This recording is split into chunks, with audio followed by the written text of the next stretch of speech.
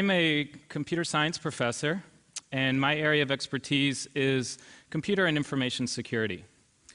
When I was in graduate school, I had the opportunity to overhear my grandmother describing to one of her fellow senior citizens what I did for a living.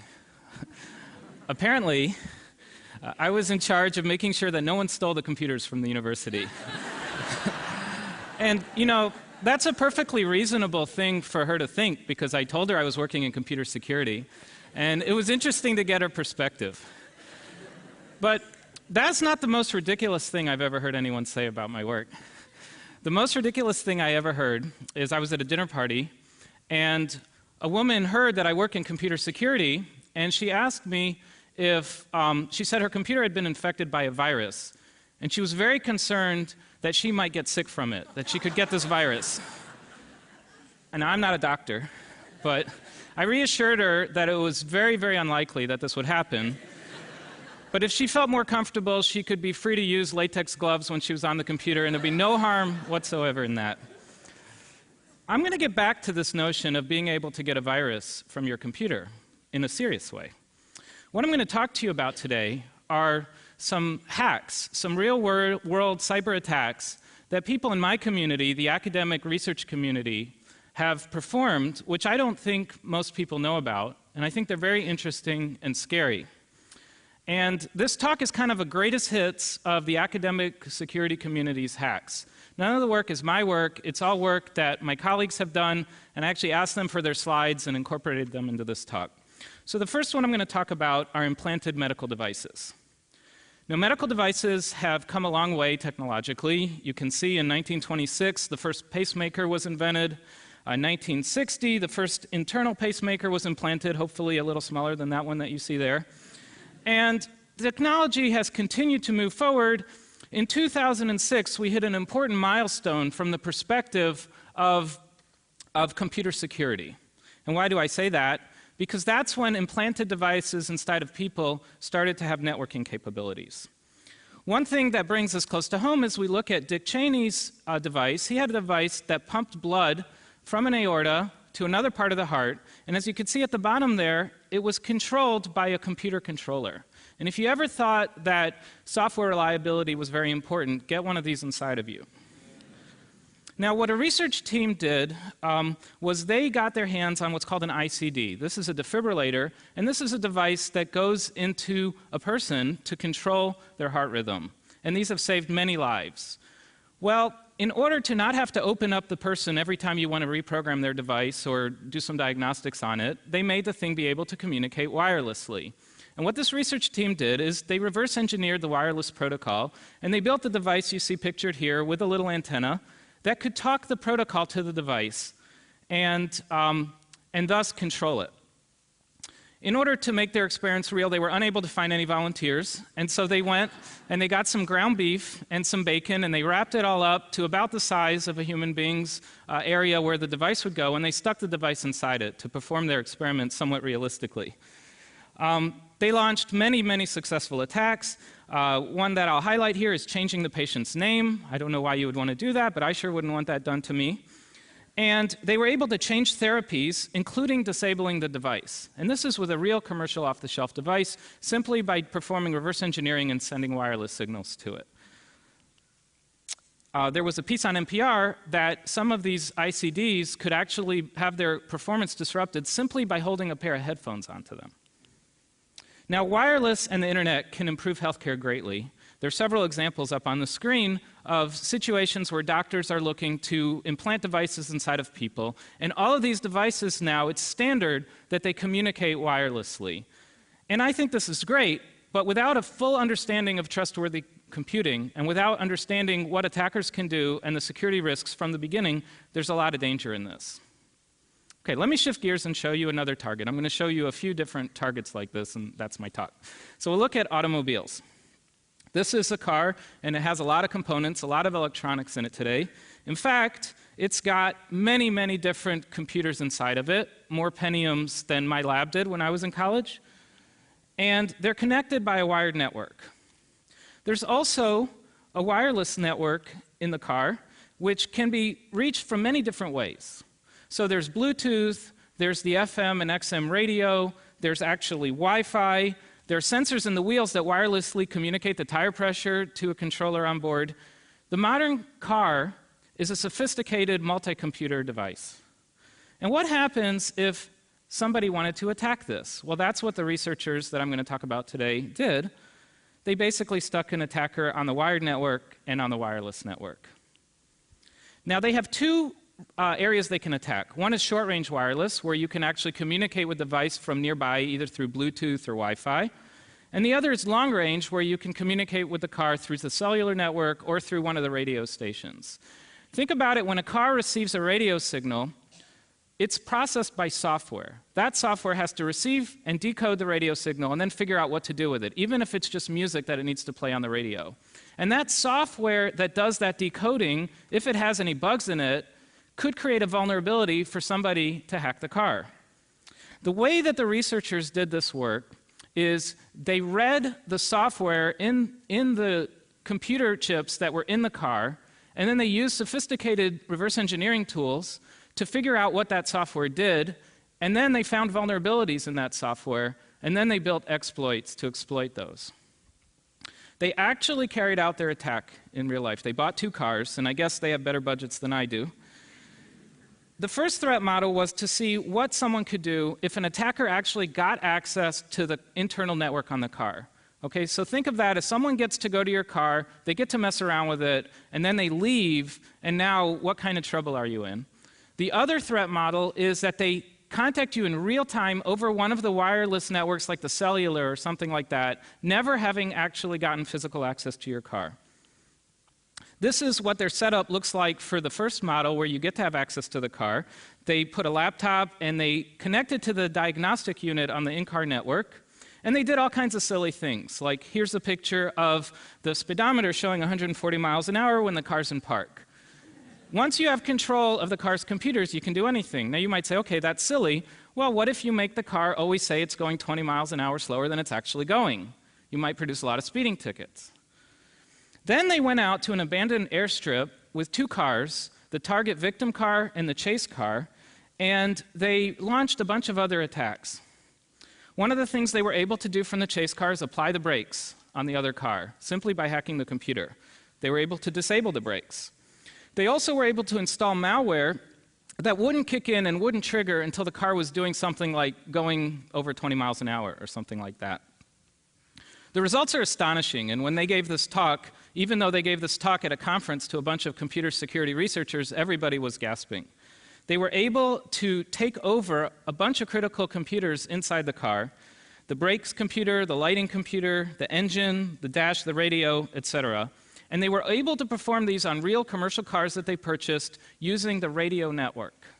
They were able to compromise every single one of the pieces of software that controlled every single one of the wireless capabilities of the car.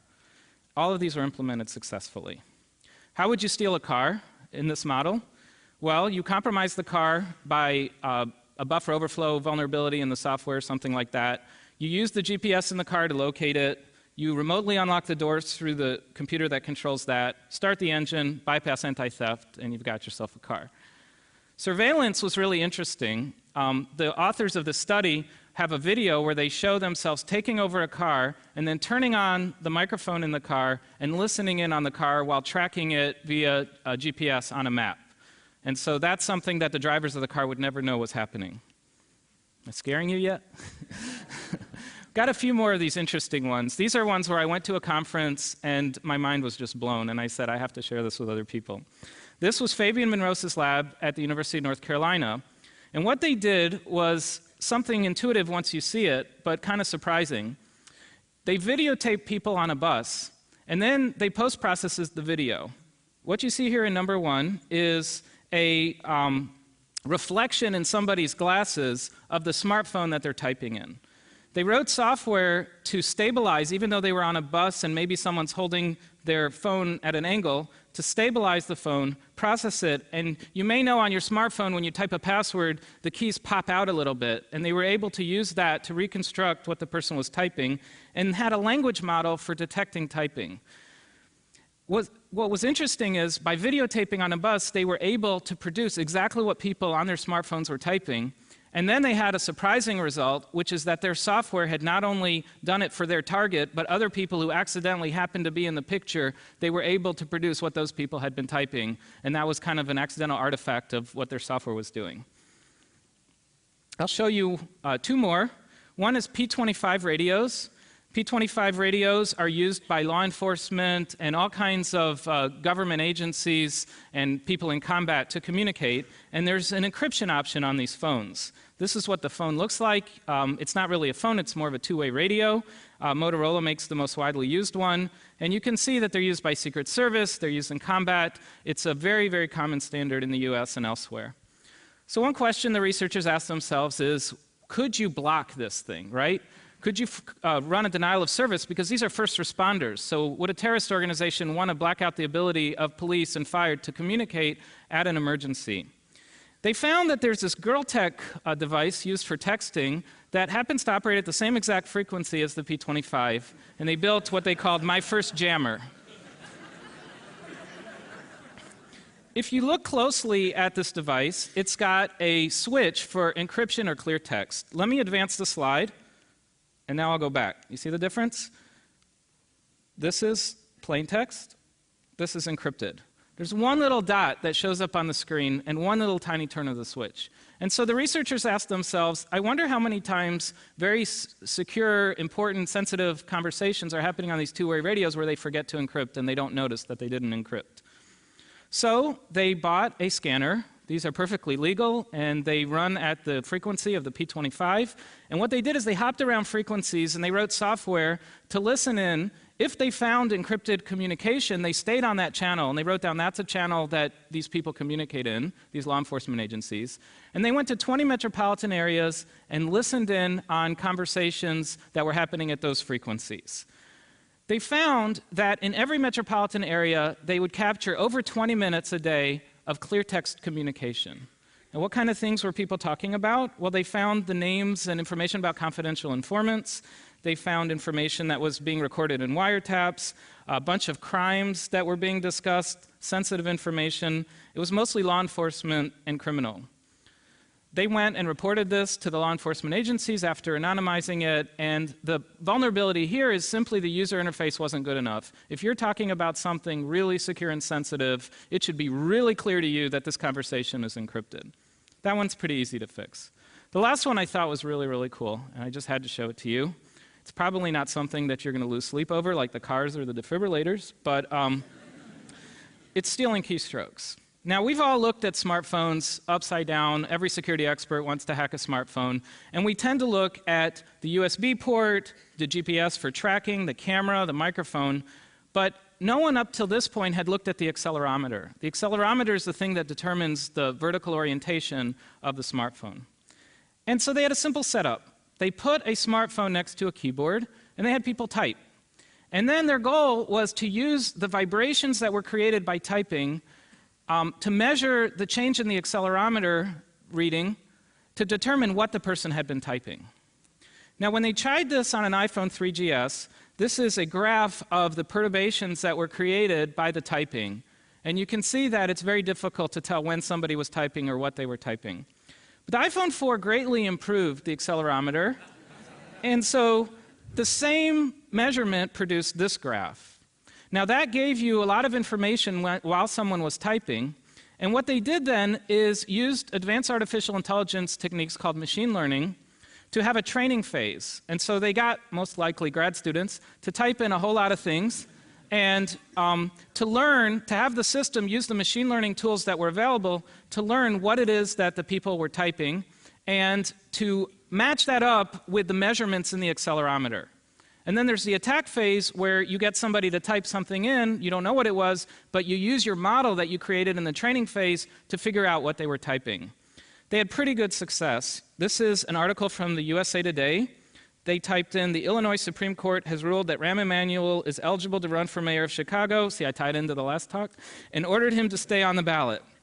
Now, the system is interesting because it produced Illinois Supreme, and then it wasn't sure. The model produced a bunch of options. And this is the beauty of some of the AI techniques, is that computers are good at some things, Humans are good at other things. Take the best of both. Let the human solve this one. Don't waste computer cycles. A human's not going to think it's the supreme might. It's the Supreme Court, right? And so together, we're able to reproduce typing simply by measuring the accelerometer. Why does this matter? Well, in the Android platform, for example, the developers have a manifest where every device on there, the microphone, et cetera, has to register if you're going to use it so that hackers can't take over it. But nobody controls the accelerometer. So what's the point? You can leave your iPhone next to someone's keyboard and just leave the room and then later recover what they did even without using the microphone. If someone is able to put malware on your iPhone, they could then maybe get the typing that you do whenever you put your iPhone next to your keyboard. There's several other notable attacks that unfortunately I don't have time to go into, but the one that I wanted to point out was a group from the University of Michigan which was able to take voting machines, the Sequoia AVC Edge DREs that were going to be used in New Jersey in the election that were left in a hallway, and put Pac-Man on it. So they ran the Pac-Man game. What does this all mean? Well, I think that society tends to adopt technology really quickly. I love the next coolest gadget. But it's very important, and these researchers are showing that the developers of these things need to take security into account from the very beginning and need to realize that they may have a threat model, but the attackers may not be nice enough to limit themselves to that threat model. And so you need to think outside of the box. What we can do is be aware that devices can be compromised, and anything that has software in it is going to be vulnerable. It's going to have bugs. Thank you very much.